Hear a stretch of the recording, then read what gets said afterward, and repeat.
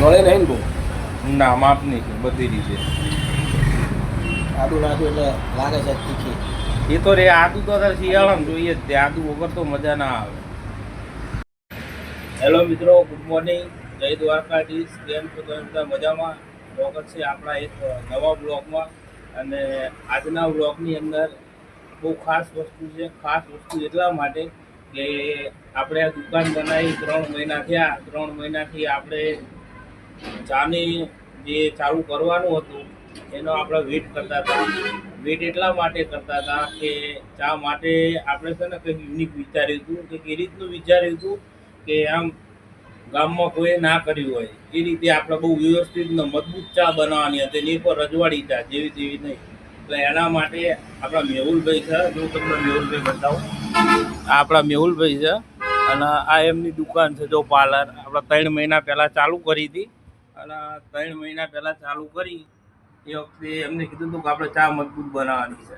એટલે એના હિસાબે આપણે એક મશીનનો ઓર્ડર આવ્યો હતો સ્પેશિયલ. આપણે જેટલી સ્ટારબક્સમાં તમે જે ચા બનાવો એ એવી ચા માટેનું મશીન ઓર્ડર કર્યું હતું. લગભગ 45,000 આજુબાજુનું મશીન હતું. એ ભાઈએ ઓર્ડર કર્યું હતું અને એ કાલે સાંજે આવી ગયું હતું.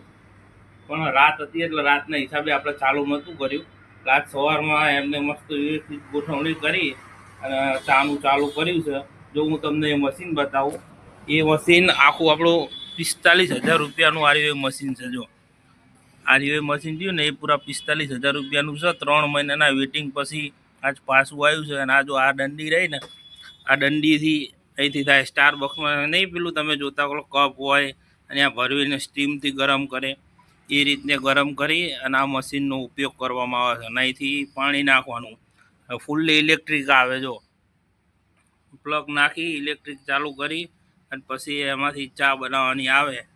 અને ચા પણ અમે ચાખી, ચા પણ બહુ મસ્ત બને છે, સરસ બને છે. એકદમ મજબૂત ચા બનાવે છે ભાઈ. તો અમારી આ શોપ બાવળામાં આદોડા ચોકડી ઉપર છે. આવી કોઈને ફર્સ્ટ ક્લાસ રજવાડી ચા પીવી હોય તો આવો બાવળા આદોડા ચોકડી સવી કોમ્પ્લેક્સમાં, દુકાન નંબર 5, આપણા મેહુલભાઈ તળપદા કોલી પટેલ. આવો બધાય ચા પીવો, મજા કરો. વિડીયો સારો લાગે તો લાઈક કરજો, કોમેન્ટ કરજો અને સબસ્ક્રાઈબ કરવાનું ના ભૂલતા. Thank you.